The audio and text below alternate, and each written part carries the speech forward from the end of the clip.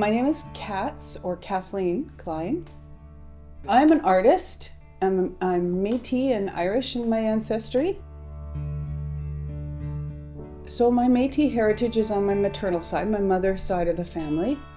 I always speak of it through my grandmother because my grandmother is really where I feel the connection the most to that.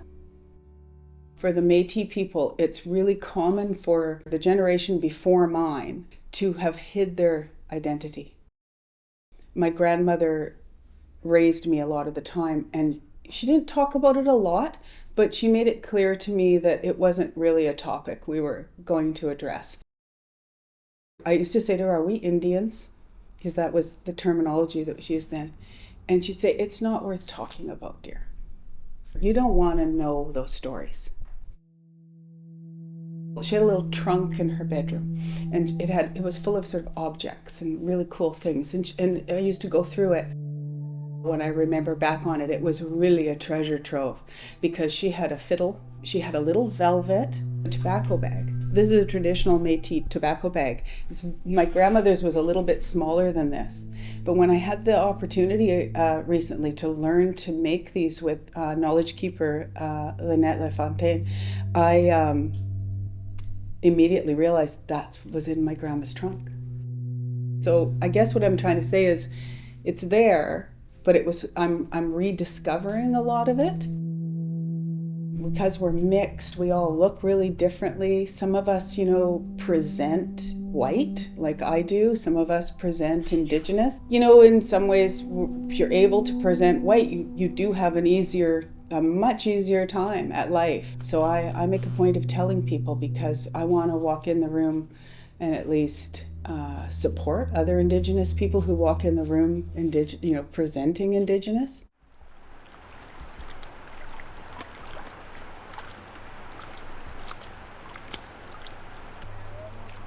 I'm kind of obsessed with forests and trees and being in nature and rivers. I love to be by a river. So now when we do go fishing and camping, I always take beadwork with me. I've learned to be able to bead on the river, which is my favorite way. It's just endlessly inspiring to be in the immensity of the interconnectedness of being in a forest. It's almost overwhelming. You can't help but think about how special and beautiful and interesting and important it all is. And that, for me, makes me creative. I want to help the forest. I want people to know how special it is.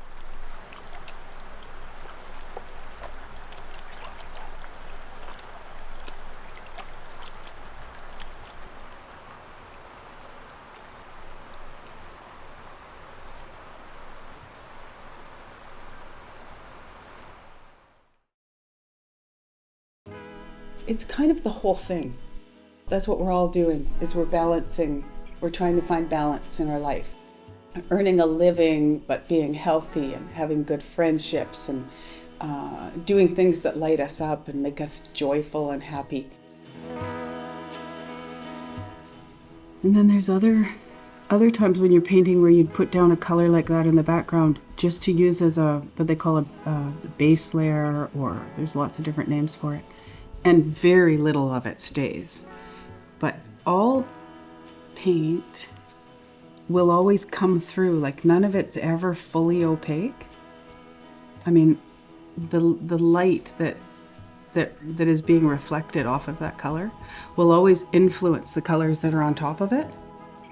So sometimes you put down a color like this and you paint on top of it, and the painting in the end, you don't think you're seeing this color, but it's still there influencing what's on top of it.